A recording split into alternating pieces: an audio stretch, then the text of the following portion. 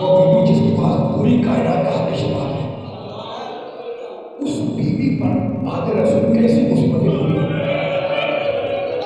سر کے بعد مل رہا ہے، سیاہ چادر ہو گئی، اوڑھنے کے بعد اپنے رسول پر آئی، دونوں ہاتھ رسول کے سامنے رکھے اور کہا السلام علیکم یا ابا، بابا آپ پر میرا سلام ہو۔ تمہاری آوازیں بلند ہیں، پڑوسی کی مجلس ہے، بابا آپ پر میرا سلام ہو۔ اور اس کے بعد وہ مشہور شعر پڑھا، صحبت علیہ مصائب، بابا مجھ پر وہ مصیبتیں پڑی کیا روشنی دور کرتی تو وہ تاریخ ہو جاتی۔ خدا کے آپ کے ہاتھوں کو سلامت رکھے، خدا کے آنسوؤں کو رومال فاطمہ زہرا میں جگہ دے۔ بیوی رونے کی شہادت کرنا شہادت کی وجہ سے بیوی اپنے باپ سے شکایت کر کے گھر میں واپس آئی، اور بیوی کا دستور تھا کہ صبح سے شام تک اپنے بابا کو یاد کر کے روتی رہی۔ بیوی اپنے گھر میں رو رہی ہے، علی آئے، علی نے سلام کیا، بنت رسول آپ پر سلام۔ شہزادے نے جواب میں سلام دیا، کہا بنت رسول مدینے والوں نے، بیوی نے لگا دی، کہا بنت رسول مدینے والوں نے آپ کو سلام کہا ہے اور یہ کہا ہے کہ آپ اپنے رونے کے لیے ایک وقت معین کرتے ہیں،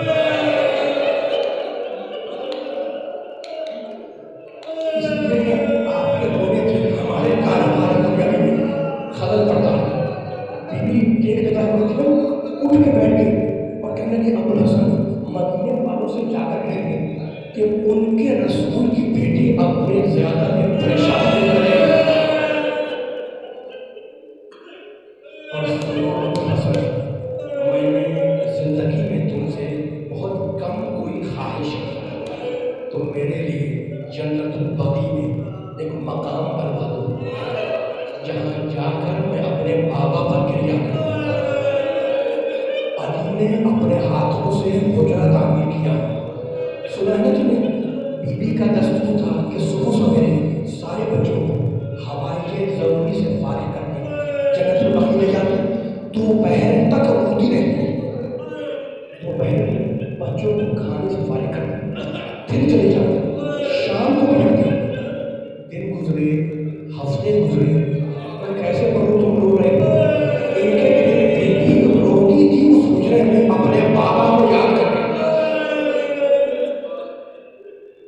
دن گزرے ہفتے گزرے راتیں گزری، ایک دن شہزادی بچوں کے ساتھ اپنے گھر میں داخل ہو رہی تھی اور علی گھر کے دروازے سے باہر نکل رہی تھی، دونوں کا آمنا سامنا ہوا دروازے پر۔ علی نے بنت رسول کی شہزادی کی صورت دیکھی اور کہنے لگے بنت رسول جب سے پیغمبر کا انتقال ہوا ہے اس دن سے آج تک میں نے تمہارے چہرے پر خوشی نہیں دیکھی، یہ آج تمہارے چہرے پر خوشی کیسے؟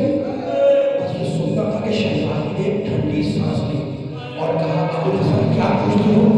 بیت الحضور میں روتے روتے آنکھ لگ گئی، میرے بابا میرے خواب میں آئے، مجھے سینے سے لگایا، میرے سر پہ ہاتھ پھیرا اور کہا فاطمہ تیری مصیبتوں کے دن ختم ہو گئے، آج تک میرے پاس آنے والی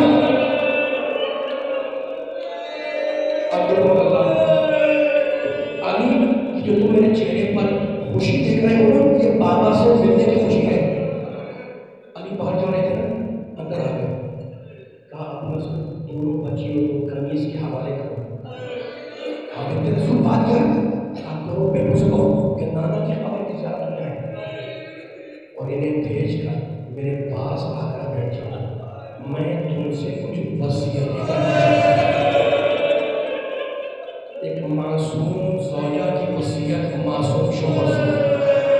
علی نے کنیز کو بلا کر بچیوں کو کنیز کے حوالے کیا، بیٹوں سے کہا کہ نانا کی قبر کی زیارت ہو جاؤ۔ بچے گئے، دروازہ پھیر دیا، علی بیٹھ گئے، راوی میں اتر گئے، کہا ابو الحسن میرے قریب آ کے بیٹھ جاؤ۔ جب علی بیٹھ گئے نا تو کہا بنت رسول بتاؤ، کہا ابو الحسن